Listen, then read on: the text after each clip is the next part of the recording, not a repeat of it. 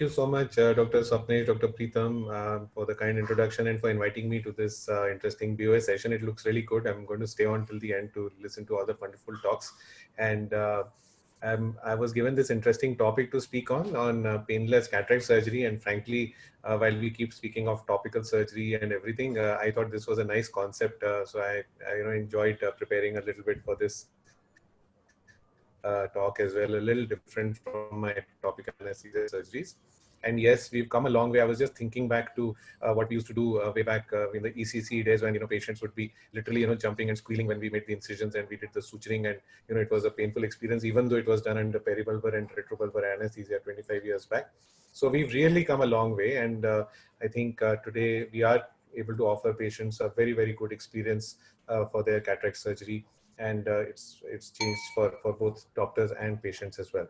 So what are, when we sit down and talk to a patient who's, when you tell him that, oh, you have a cataract and, you're going to need a surgery, the first reaction is that, they kind of are taken aback that, oh, and I think the first fears that they have is that surgery will be painful. There may be a painful injection, and the surgery itself may be painful as well. And then post-operative precautions and restrictions that they've heard about and the discomfort. So I think our job, we end up trying to, of course, reassure them, but this thing has to gradually go away, that cataract surgery is painful and cataract surgery can cause discomfort and everything to patients.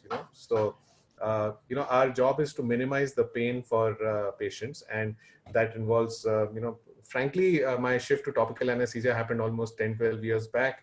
And then for a while I was back to giving peribulbars. It used to give me a little bit of hypertension probably for a year or two in between. And then last 7-8 years I've been totally on topical, in fact. And I think it has actually made surgery much better and simpler and easier for me, and more predictable, and I think the experience for the patient. So gradually, once you're conversant, I would not say that somebody should jump into topical anesthesia straight when you start cataract surgery, but once you have achieved a particular level of fluency with your phacos and you're able to finish your surgeries in 5-10 minutes, or maybe at the most 15 minutes, you can start making the move to a topical anesthesia. Now that requires, first of all, when we start talking to the patient prior to surgery, when you are on your defensive, you try to tell the patient, don't worry, you are not going to have pain. It's more in our minds than in the patient's minds. So, 10 years back when I started doing topical, I would tell the patient and talk to them for 2 minutes, trying to tell them, don't worry, it's not going to hurt, and I will make sure that, you are comfortable and all. Today, I don't even talk to them. I don't mention the fact that whether I'm going to do a topical or a peribulbar or an injection will be used at all, or if it was used in the past. We don't discuss this. And frankly, I found that patients are absolutely fine. Actually, the one thing which probably to me made the biggest difference was about 18 years back when we started doing refractive surgery, and I started doing topical LASIK, and Dr. Bahuja sir will agree. That was the thing that told me that when patients can undergo a full LASIK procedure with a flap and microkeratome and everything under topical, then why not cataract surgery? And I remember one session with Dr. Amar in Agra about 20 maybe years, when suddenly people spoke about no anesthesia cataract surgery or something. I was astounded. I said, this cannot be true. But see, what I think we are all looking at is making the patient comfortable. A lot of it is also verbal anesthesia. Keep talking to the patient. Usually they, kind of trust you, and they will, have a much better experience. Now, another thing which I would like to highlight, and this was reiterated in a session just a few days back. There was an international session, a webinar which I was in, and I have been doing this, but I would strongly like to recommend this. We tend to use preoperative NSAID more for, intraoperative mydriasis to be maintained, and that was one thing which we learned so many years back.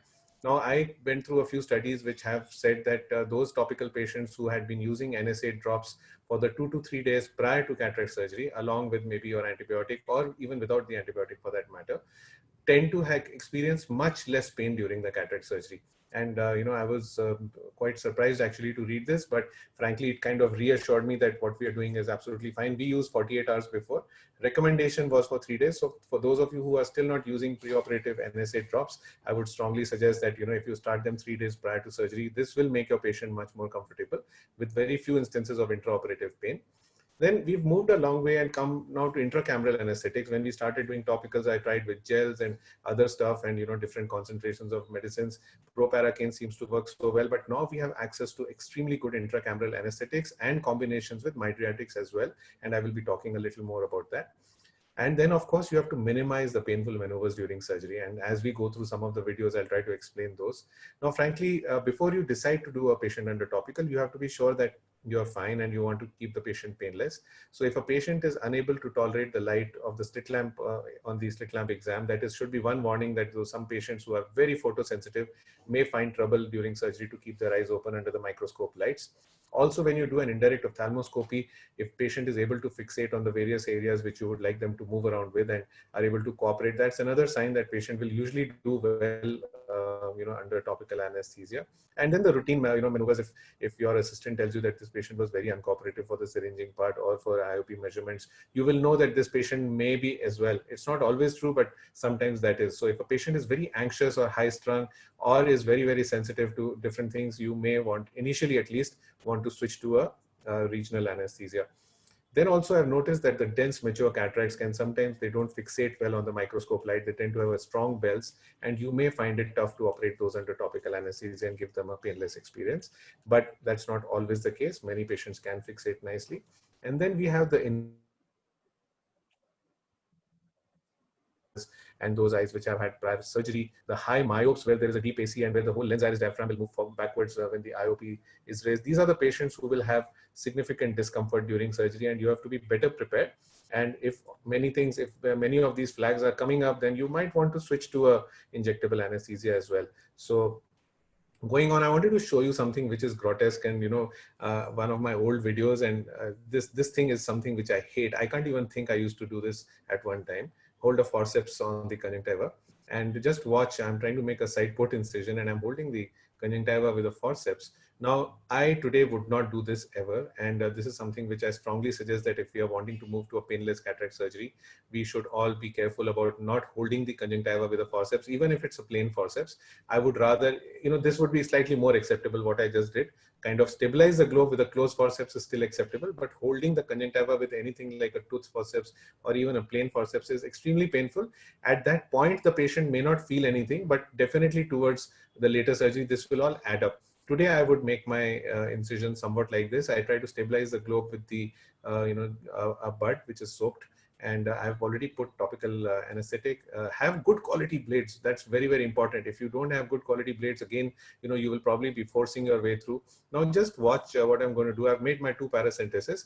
Now I'm injecting from the side port, not viscoelastic, but 0.1 ml of lignocaine or Oculan kind of a preparation. Today I also use Phenocaine Plus, and I'll talk about it, but not in this case. Now I've just injected 0.1 here. Now this is good enough for tightening the chamber and as well as giving that patient a small dose of intracameral anesthetic. And while it's not necessary to use in every patient, but I've realized that if I do use this 0.1 ml, all our patients are happy. Now this is not a good blade, so you can see that I wanted to again highlight that how your blade can give you a sudden entry, can cause pain to the patient, you can cause pressure. So but stabilizing the globe with the cotton bud is something which would be really useful. And going on now, iris, second most important thing in my mind is that your surgery should have least amount of iris manipulations. Here you can see that I'm trying to highlight that if you're getting an iris prolapse, please don't continue to use it. It will cause miosis and it will cause discomfort to the patient. And then if you do have a iris prolapse like this, don't try to push it back with an instrument. Just do hydro reposition. Just see, I'm just pushing fluid and I was able to push that iris back. All I did was, just watch here, I'm just pushing a gush of fluid from a 5 cc syringe, and it just goes back nicely. It happens even with the side ports and the main port. I don't use instruments to touch the iris as far as possible. Now another situation here where we've had to do a stretch of the pupil, so that can be painful. Now of course injecting trypan blue under the small pupil sometimes can be done, but all the manipulations cause iris irritation, iris trauma. And you can see that here I'm planning to, while I've put intracameral, I do all these small pupil patients also today under topical anesthesia. But yes, if you are not comfortable and you're expecting a prolonged surgery, now these maneuvers are all painful and can cause pain. Not that you cannot do them. I typically do them now, but for somebody who is starting out, I would strongly suggest that such patients should be taken up with injectable anesthesia if you can, to keep the experience painless. Our job is not to win the war of being topical in 100% cases. Our job is to make the surgery very comfortable for the patient and for the surgeon. Sometimes if you have to give an injectable anesthesia, one should not hesitate to do that. Now, bottle height is another thing which can be a big factor in a painless experience for the patient. And while, when we started off, we started with fish pumps and we started with raising the bottle to the ceiling. I remember the early days in the late 90s and the early 2000s when we were operating, our machines were not great. The fluidics were not as good, and we would get, surge, and we would have fluctuations in the chamber, and all these things necessitated a very good bottle height. Today, things have changed tremendously, and I don't think a very high bottle height is good. If you can manage one of the newer machines, which all have good fluidics. So high IOP can cause, glaucoma, compromised eyes can be bad, endothelial trauma with high fluent turbulence. You can have a floppy iris, which will translate into patient being uncomfortable and people becoming smaller. You will have very deep chambers, and the lens can fall back a lot, and you can, in high myopes, you will have more difficulty with surgery. Also in topical phaco, these patients tend to have more pain, and the high myopes, a posterior shift of the lens diaphragm, as I mentioned, and if you have compromised zonule. So many reasons why you should probably be switching to, if possible, on your machines. You can keep trying. Now, again, as I said, many times the block is in our mind. We think that we cannot operate at lower bottle heights, but given the right settings, many machines today can work on much lower heights than what you are used to. So a low IOP and a low infusion pressure can be very, very useful. And a physiological IOP is of very, very good importance. And of course, it's endothelial friendly, and it's also comfortable for patients under topical anesthesia. Much less turbulence, much less iris irritation, small pupils and floppy iris. It's also optic nerve friendly, I would say. And then, of course, if you have a PC defect or a PC rend, you have to immediately think that you need more controlled and stable IOP and a lower IOP at that bed, so that there is no turbulence. And then, of course, in challenging situations. So let's see, this is a low IOP surgery where I'm showing a, let me switch off the music, please. Okay. In fact, this is captured from one of the live surgeries for the AIOS, which we were having a live transmission. And here, this was a patient with pseudo exfoliation with a very shallow chamber. And again, here we are planning to operate with an IOP of just about 25 and a bottle height, which is just 39. So all I'm trying to show you is that, you can go ahead now. Iris manipulation should be minimized. So, you might want to use iris hooks or a ring, and then, it may be a good idea to put injectable anesthesia. I personally still use all these devices with topical anesthesia. So minimum movement of the globe around, minimum handling. You don't need to touch the globe. You don't need to touch the conjunctiva. If the patient is fixating, have minimum amount of manipulations inside the eye. And then, you can go through with a comfortable surgery here. You can see that the IOP remains quite low. This is a fairly hard cataract. And in spite of that, we have a very, very stable chamber. Your incisions have to be perfect. If you have leaky incisions or you have very tight incisions, again, that can cause a problem. In fact, today I have changed my incision for the side port to one which I'm not making with an MVR of late. And if I need a really graded incision, I will use a calibrated instrument to a special needle, which will give me a calibrated incision. That minimizes the amount of fluid loss from the chamber, and stability is even better.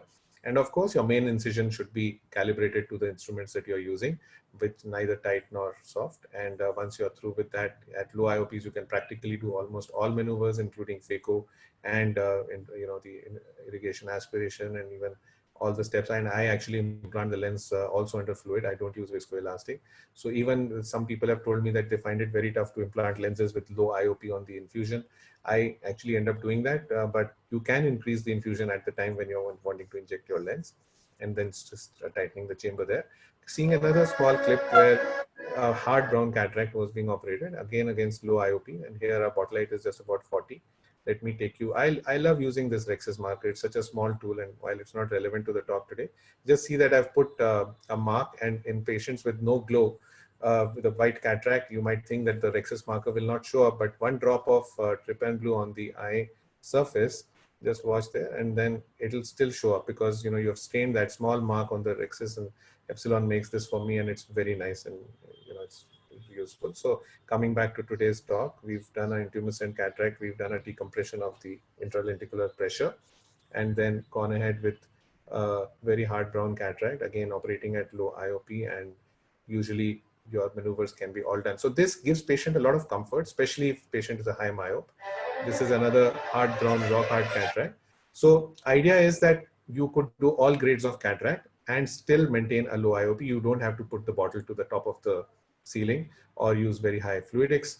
and these cataracts can all be operated. Now, this was actually a very challenging case and relevant to today's talk.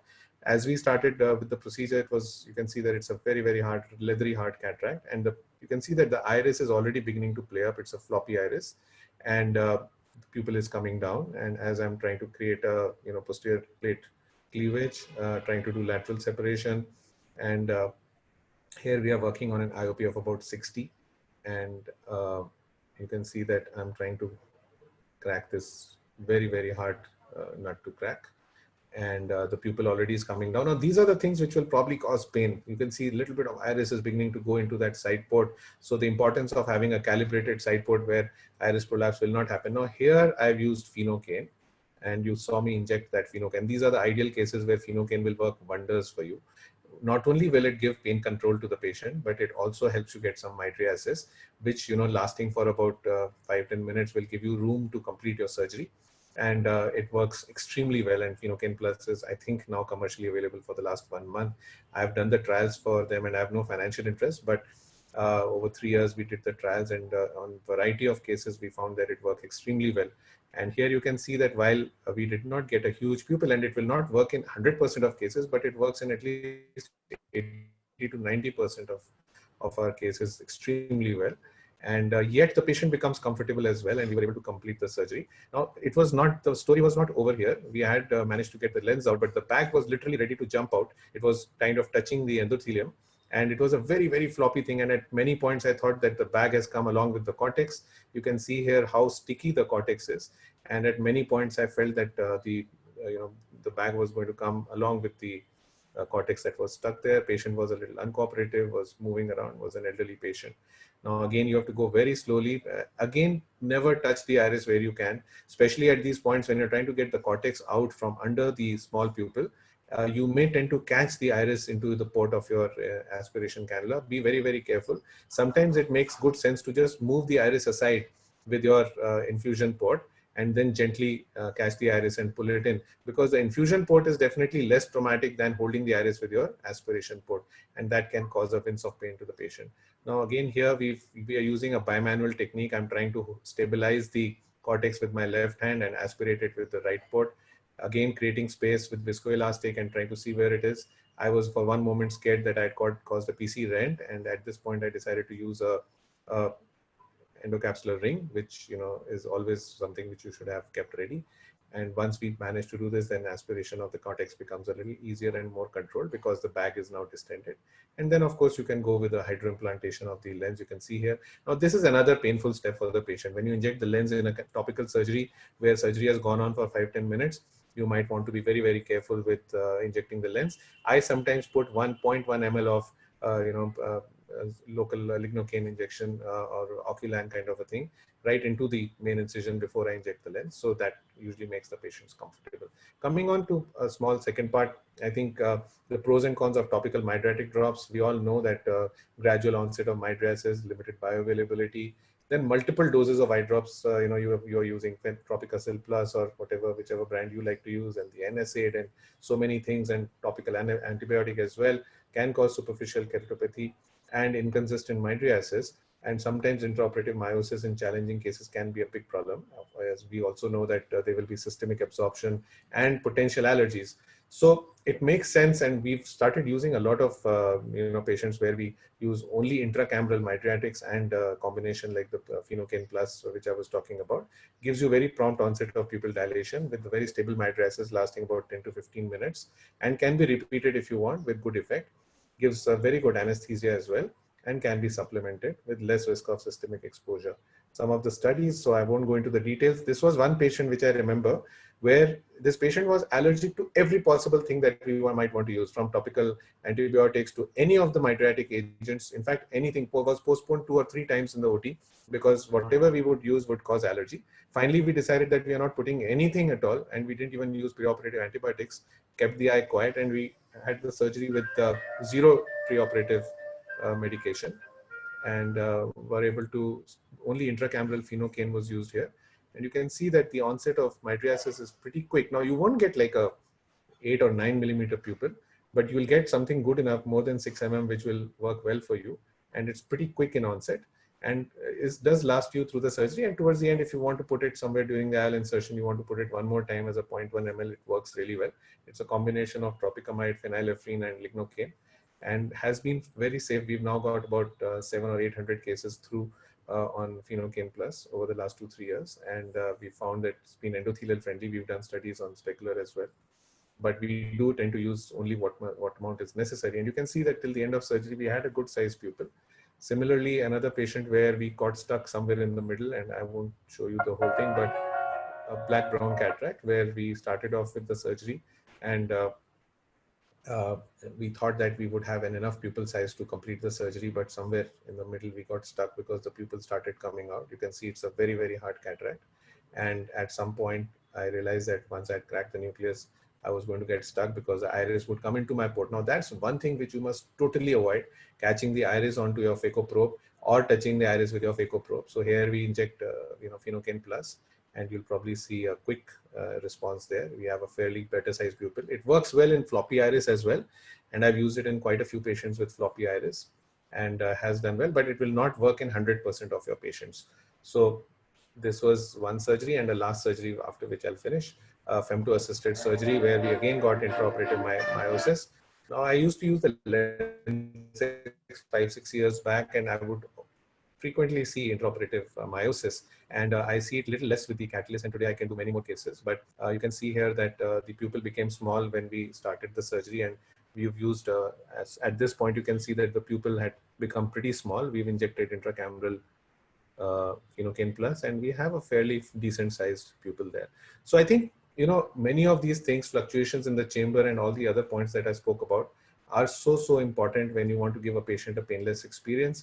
Now, trying to come to the end, this is what Phenocaine Plus, again, I have no financial interest, but I think injecting the IOL is my last slide, where you can see that I'm doing a hydroimplantation. I have sometimes put, if a patient has started feeling sensitive towards the end of surgery, I'll put a 0.1 ml into the main port of the incision before I inject.